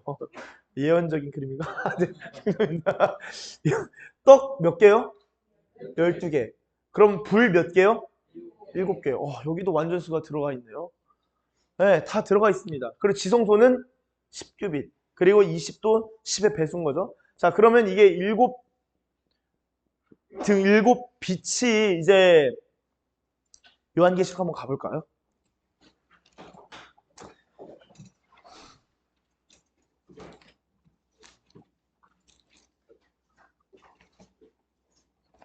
1장 12절. 사도 요한이 예수님을 봅니다. 그 큰 음성을 듣고 1장 12절. 이게 나중에 할 텐데요. 1장 12절. 제가 읽겠습니다. 몸을 돌이켜 나에게 말한 음성을 알아보려고 돌이킬 때에 7 금촛대를 보았는데, 그러면 지금 어디인 거죠? 이거 예수님이거든요. 그냥 예수님입니다. 성소예요, 성소. 예수님 지금 어디 계신다고요? 성소. 예, 그쵸? 촛대 사이에 인자 같은 이가 발에 끌리는 옷을 입고 가슴에 금띠를 띱니다. 그의 머리와 털의 희가 흰 양털 같고 눈 같으며 그의 눈은 불꽃 같고 그의 발은 풀무불에 단련한 빛난 주석 같고 그의 음성은 많은 물소리와 같으며 그의 오른손에 7 별이 있고 그의 입에서 좌우에 날성검이 나오고 그 얼굴은 해가 힘있게 비치는 것 같더라. 이게 무슨 말인지 하나도 모르겠죠. 잠깐 저를 봐주시면요. 이 요한계시록 해석과 관련해서 나중에 개관하면 말씀드리겠지만 요한계시록이 어려운 이유는 2가지입니다. 쉽게 말해서 구조와 상징이에요. 구조와 상징. 요한계시록의 구조를 어떻게 이해할 것인가, 그리고 상징을 어디까지가 상징이고 어디까지가 문자 그대로 받아들여야 되는가, 이것을 구분하는 일에 있어서 어려움을 겪기 때문에 요한계시록을 해석하는 방향에 따라 종말론이 다르게 다양하게 나오는 거예요. 이거 다 문자로 해석해야 된다. 이거 죄다 상징이다. 아니다. 상징과 문자가 복합적으로 있다. 네. 나중에 말씀드리겠지만 저도 그 중에 하나의 입장이 있기 때문에 다 있는 거예요. 그래서 정말로 나랑 너랑 다르네?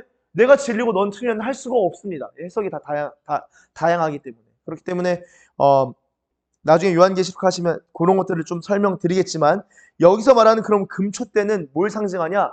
성소를 떠올리고 예수님께서 성소 안에 계시는구나 생각하겠지만, 자, 20절 한번 같이 읽어보겠습니다. 시작. 내가 본 것은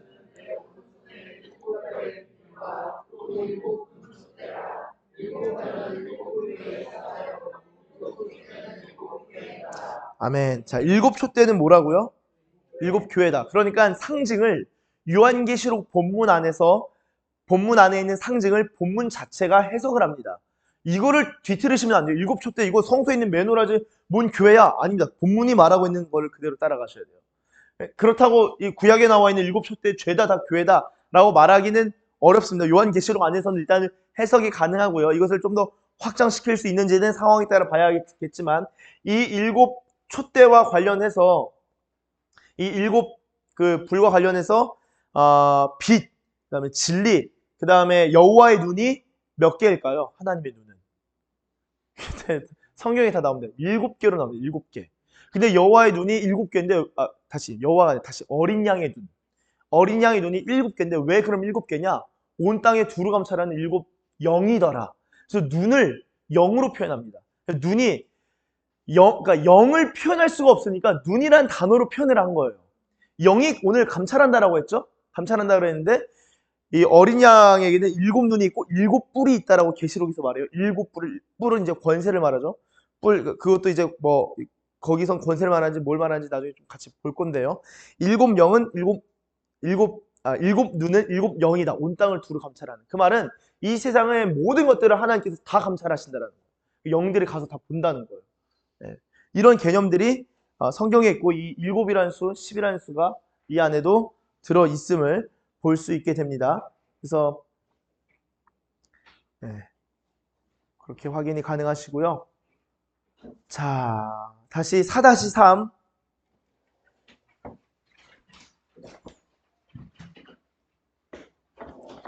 그래서 진설병이라는 것은 아까 보셨다시피 그 12개의 떡이고, 그 다음에 성막 안에 10계명의 돌판이 있죠. 그쵸? 언약궤 안에. 그리고 거룩함은 언약궤 위에 그룹의 찬송. 이사야 6장 2절과 3절을 보면 거룩하다, 거룩하다 그 거룩을 의미합니다. 자, 관련된 성경 구절들은 제가 밑에 좀 적어 놓았으니 한번 참조해 보시면 되겠고요. 다음 페이지, 9페이지. 자, 4-4 성화의 동심원. 여러분, 이 지성소는 아무나 접근하는 게 아니라 대제사장만 접근할 수 있고요. 지성소 앞에 있는 성소, 내성소는 제사장이, 성소 마당을 레위인, 일반 이스라엘인이, 이스라엘 진영에는 제가 예전에 한번 설명드렸죠. 예, 일반 이스라엘인이, 그리고 진영 밖으로는 이 부정을 탔다가 병이 있다가 치료된 자, 진영 밖에 머뭅니다. 바로 못 들어와요. 나중에 들어올 수 있지만. 그 다음에 먼 진영 밖은 부정한 자입니다. 그리고 광야의 이사셀이 아니라 아사셀입니다. 아사셀, 오타가 있어서. 아사셀이라는 순념소를 광야로 보냅니다. 여러분, 하나님이 자신을 소개할 때 아예 거룩하다라고 소개하셨어요. 근데 하나님이 거룩하시기 때문에 하나님이 우리에게 요구하시는 게 거룩하라라고 말씀하셔요. 근데 이 거룩에도 등급이 있다는 거예요. 그래서 대제사장은 지성소, 하나님의 인재가 있는 그곳에서 섬기지만 나중에 아사셀은요, 이 죄를 전가시킨 다음에 보냅니다. 원래는 이 양, 소 이렇게 막 양에게 이제 죄를 안수하고 전가시킨 다음에 죽여서 그걸로 이제 번제를 드리죠. 근데 아사셀의 경우는 이 광야로 아예 보내서 그 죄를 아예 진영 밖으로 아예 추방시켜 버린다 라는 의미가 있는 거예요. 그러니까 죄에 대해서 완전히 그냥 죽음도 죽음이지만 아예 끝내버린다, 아예 보내버리는 그런 모습이 이 레위기에서 드러나고 있고요. 4-5에 거룩의 등급도 그렇게 해서 가장 거룩에서 아주 중대 부정까지 다양하게 나뉘는데, 중대 부정과 관련해서는 이 레위기 13장, 14장 그쯤 가보시면은 이 나병이 나옵니다. 나병. 안 찾아보셔도 돼요.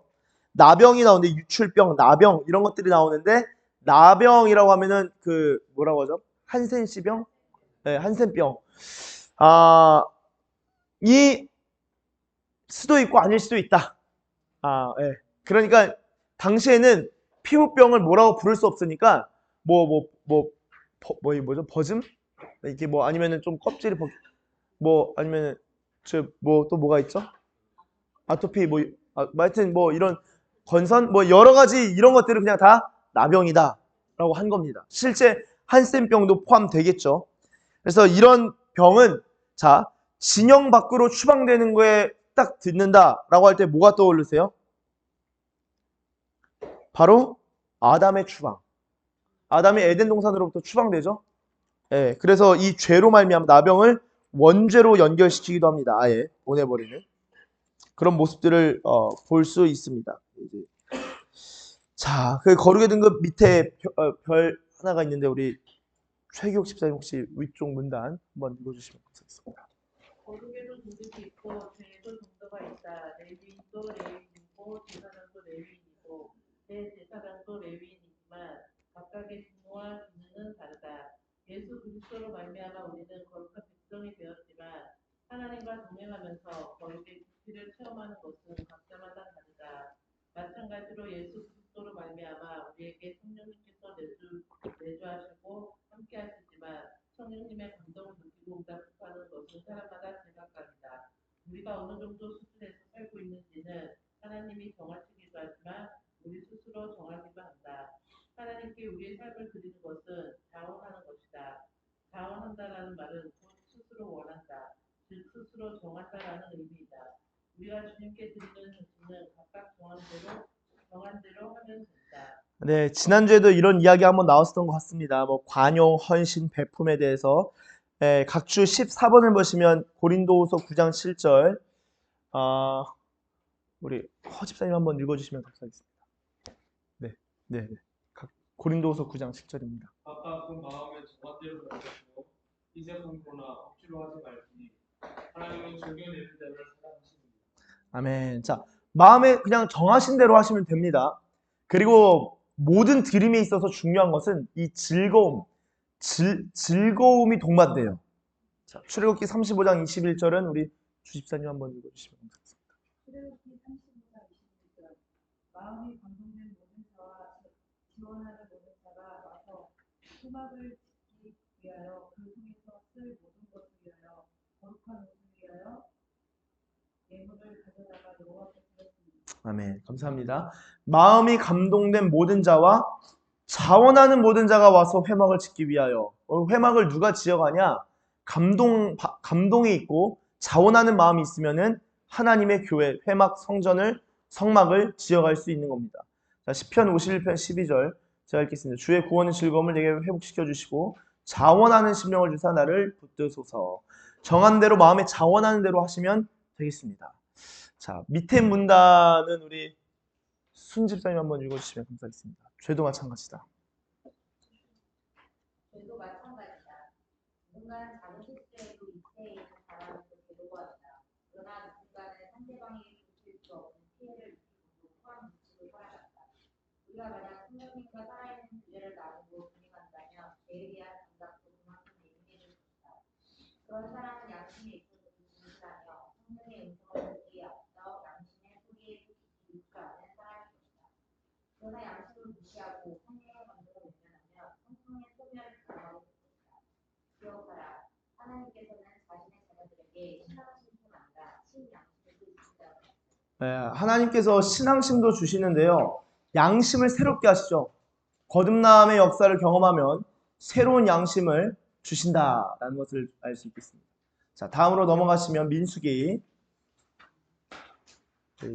양재한 집사님, 네, 위쪽 문단 읽어주시고 지미자 집사님 아래쪽 문단 이어서 읽어주시면 감사하겠습니다. 우리는 말 그대로 백성이 술을 세는 법을 유지합니다. 먼저는 홍해를 건넌 후에 인구조사 2차를 실시합니다. 이들은 이후 가나안 땅에 입성하기에 앞서 다시 한번 인구조사 2차를 실시하는데 이런 맥락에서 민수기라는 단어가 유래하는 것입니다. 히브리어 성경에서 민수기는 대민수를 다룬 광야에서인데 히브리어 성경의 관점으로 바라본다면 민수기는 광야에서 있는 책이며 광야에서의 삶과 은혜를 담은 성경이라 할 수 있겠습니다. 한편으로 민수기의 인구조사는 싸움에 나갈 만한 자를 계수하기 위함이기 때문에 하나님의 군대를 풍성하고 준비하는 모습을 엿볼 수 있습니다. 여기에서 중요한 것은 진편성 중앙에는 회막이 위치한다는 것입니다. 이것은 하나님의 군대의 싸움은 하나님께서 친히 주의하신다는 것이고 또한 군대의 목적이 전쟁이라 할지라도 그 중심에는 예배 중심의 삶이 자리하고 있음을 의미합니다. 네, 그래서 보시면 첫 번째 인구조사, 두 번째 인구조사가 1장과 26장 쪽에 위치해 있음을 보게 됩니다. 이제 11장에서 25장까지의 내용이 38년이고요. 1장부터 10장까지는 20일, 26장부터 36장까지는 6개월간의 일이다라고 할 수 있겠습니다. 5-2번의 그림이 이 진편성인데요. 이 지파가 단, 아셀, 납달리를 또 아셀, 단, 납달리라고 쓰기도 하고 아셀, 납달리, 단, 이게 학자들마다 다 다르겠습니다. 왜냐하면 성경이 아주 명확하게 그냥 딱 그림을 그려주진 않기 때문에 그 옆에는 그 위치한 것은 이렇게 말하기 때문에 이 그림이 다 다르더라고요. 그나마 잘 보이는 그림으로 그냥 가져왔습니다. 그래서 이게 지금 그 전쟁을 하는 그리고 이동을 하는 이스라엘의 구조다라고 할 수 있겠습니다. 아까 성화의 등급, 거룩의 등급에 있어서 진영 밖으로 추방된다라는 것은 12지파를 둘러싸고 있는 이 진 밖으로의 추방이다라고 할 수 있겠습니다. 그래서 이스라엘은 기본적으로 성막을 둘러싸고 있고 그 성막의 중심에는 지성소, 즉 하나님이 임재해 계신다라는 것을 볼 수 있겠습니다. 자, 6번 다음 신명기로 넘어가도록 하겠습니다. 우리 이명숙 집사님과 전혜림 집사님 좀 읽어주시면 감사하겠습니다. 신명기는 소유를 하는 신명기입니다. 모세는 모압들 위에 서서 가나안 땅에 입성하기 앞서 이스라엘 백성들을 하나님의 말씀으로 역경무장을 시킵니다. 그러한 소유는 제사 감독입니다. 신명기라는 의미는 신명, 베풀이하는 말씀입니다. 모세는 기록된 율법의 계명을 중심으로 소유합니다. 이것을 가르쳐 무슨 율법이라 하였습니다. 오늘날 소유를 하나님의 말씀으로부터 듣게 된 것도 이와 같은 원리일 것이죠. 신명기는 시편을 중심으로 하여 창세기부터 민수기까지 영어전적으로 다루기 때문에 말씀의 핵심을 담고 있습니다. 또한 신명기는 오경의 결론이기도 하며 역사세의 시작에 앞서는 책이기도 합니다. 공부 역사서는 신명기의 관점, 신명기 17장, 신종, 복, 불순종, 거두에 바탕하여 기록되었다 볼 수 있습니다. 흥미로운 것은 열왕기와 요시야 왕은 성전 구축된 것으로 신명기를 발견합니다. 신명기에 기반하여 종교 개혁을 단행하는데 요시야는 다윗 왕 이후로 선하고 의로운 왕으로 평가됩니다. 그렇게 볼 때 오늘 신명기를 기반으로 우리의 내면을 개혁하고 우리 교회 전반을 신명기 기반으로 참으로 복된 길일 것입니다. 이러한 신명기의 내용을 어떠한지 살펴보겠습니다. 네, 제가 신명기 많이 강조하지만 6-1번 보시면 첫 번째 설교, 두 번째 설교, 세 번째 설교가 있고 그리고 모세의 최후가 나옵니다. 자, 여기서 세 번째 설교 밑에 보시면 모압 언약 체결이 있죠. 분명히 언약이 계속 있었는데 가나안 땅 들어가기 전에 다시 한번 언약하는 겁니다. 이게 지금 출애굽 2세대 이후이기 때문에 그래서 가나안 땅에 들어가기 전에 지금까지 들었던 말씀을 기반으로 해서 다시금 말씀을 선포하고 하나님께 약속하라 이야기를 하는 것을 볼 수 있죠. 자, 신명기에서 가장 중요한 핵심 구절이 6장 4절부터 9절 이 쉐마 말씀입니다. 이 쉐마 말씀이 상당히 중요한데 6장 쉐마 말씀에 앞서 5장에 뭐가 나오냐? 10계명이 나옵니다. 10계명. 10계명에 대한 설명이 쭉 나오고 그 다음에 6장 가서는 쉐마 말씀이 등장하는 것을 볼 수 있죠. 자, 그렇게 볼 때 그 구분에 10계명의 원리 찾아보실 수 있나요? 두 번째 설교에 10계명의 원리가 나오고 그 다음에 적용이 나오고 그 다음에 10계명을 기반으로 해서 축복과 저주가 나오고요. 이 10계명 전체 내용과 관련해서 모압 언약 체결을 하는 것입니다.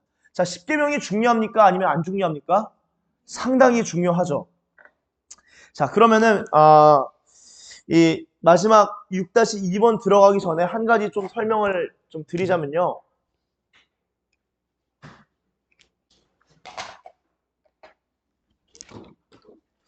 자, 모세오경은 창출 레민신이죠.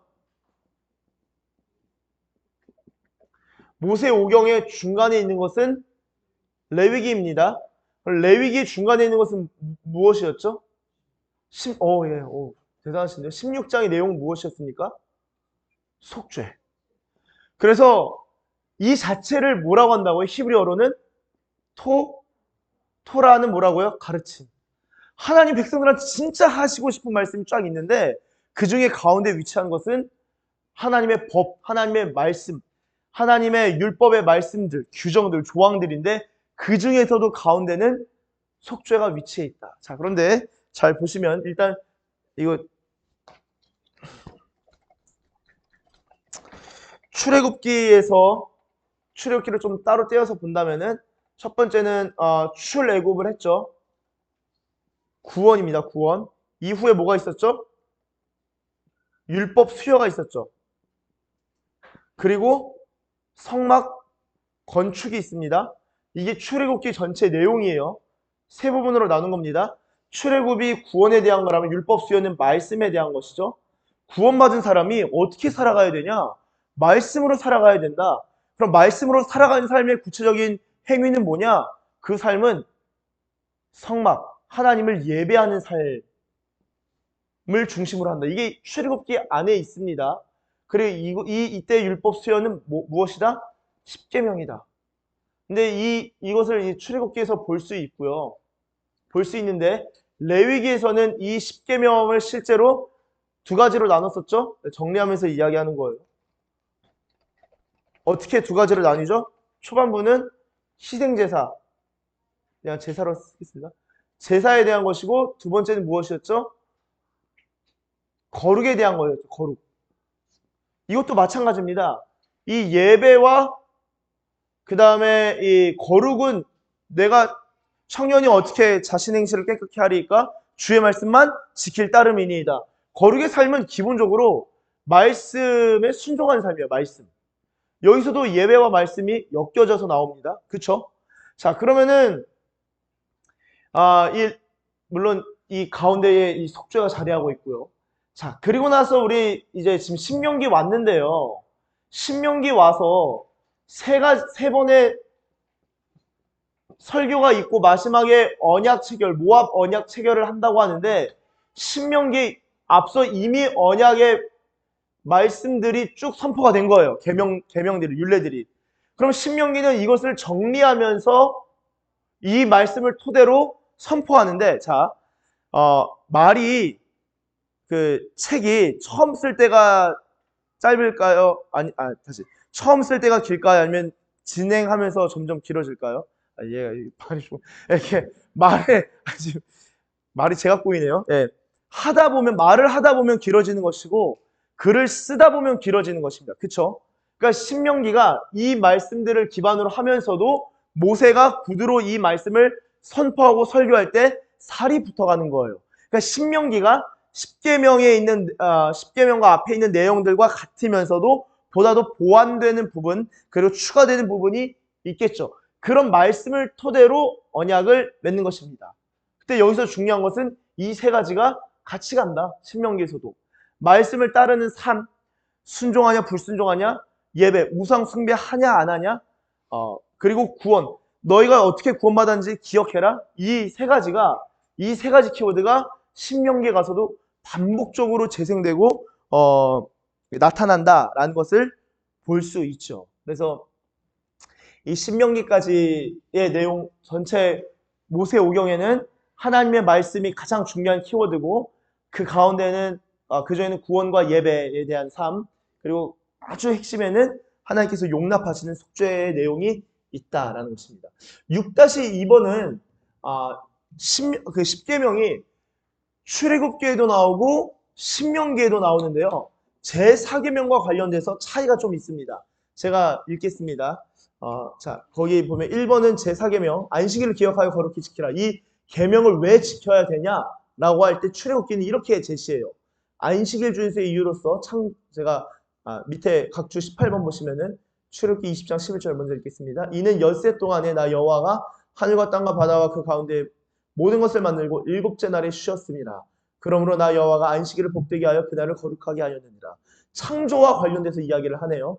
신명기 5장 15절 너는 기억하라. 네가 애굽 땅에서 종이 되었더니 내 하나님 여호와가 강한 손과 편팔로 거기서 너를 인도하여 내었나니 그러므로 내 하나님 여호와가 네게 명령하여 안식일을 지키라 하느니라. 그러므로 내 하나님 여호와가 안식일을 지키래요. 왜요? 애굽에서 꺼냈으니까. 구원을 이야기하네요. 자, 출애굽기의 십계명은 출애굽 1세대한테 주어지는 십계명이고 신명기의 십계명은 출애굽 2세대 가나안 땅에 들어갈 사람들한테 주어지는 십계명입니다.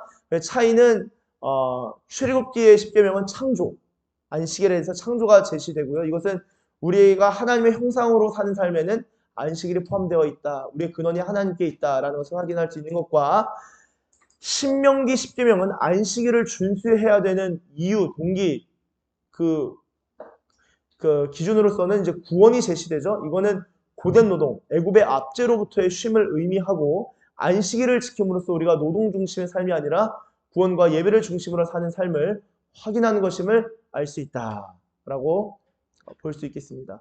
여러분 이 창출 레민신 모세오경의 중요한 키워드와 표 그리고 그림들을 함께 좀 살펴봤습니다. 저희가 그래도 지금 5시 31분입니다. 1분 지났는데요. 잠깐 기도할 때 저희가 들었던 이 키워드들 구원, 말씀, 예배, 속죄 무엇보다 하나님의 말씀, 이 법도를 알길 원합니다. 그것을 준행하는 사람이 되길 원합니다. 우리 그런 마음을 가지고 함께 좀 기도하면 좋겠습니다. 함께 기도하며 나아가도록 하겠습니다. 기도합니다. 하나님 감사합니다.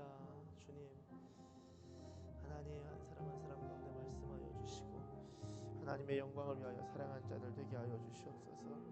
하나님의 말씀이 중심이 되고 하나님의 말씀이 우리 가운데 깊이 새겨지게 되기를 원합니다. 주님, 우리를 붙드시고 하나님의 영광을 위하여 주님 우리를 사용하여 주십시오. 주님 감사합니다. 주님 경배합니다. 제가 기도하겠습니다. 하나님 감사합니다. 하나님 무엇보다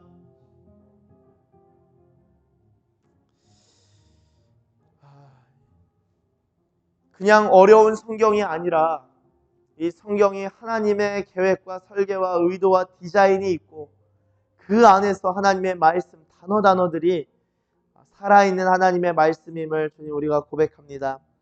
이 모세오경 가장 먼저 나온 하나님의 말씀들을 읽을 때에 주님, 하나님의 말씀이 우리 마음 가운데 새겨지게 하시고 하나님 중심으로 사는 삶, 구원받은 자로서 거룩을 행하고 말씀을 준행하는 삶을 살아가는 복된 백성들 다 되게 하여 주시옵소서. 우리를 용서하시고 용납하시고 또한 속죄하신 우리 속죄 구주이신 예수님을 찬양합니다. 언제나 주님 안에서 그 평강과 감사를 누리는 주의 백성들, 특별히 말씀을 준행하는 데 더욱 힘쓰는 하나님의 백성들 다 되게 하여 주시옵소서. 예수님의 이름으로 기도드립니다. 아멘. 우리 하나님께 영광의 박수 올려드립니다. 그냥 가져가셔서 나중에 모세오경 읽으실 때 그냥 이런 게 있구나 하시면 되겠습니다. 수고하셨습니다. 우리 서로에게도 박수 한번 하겠습니다.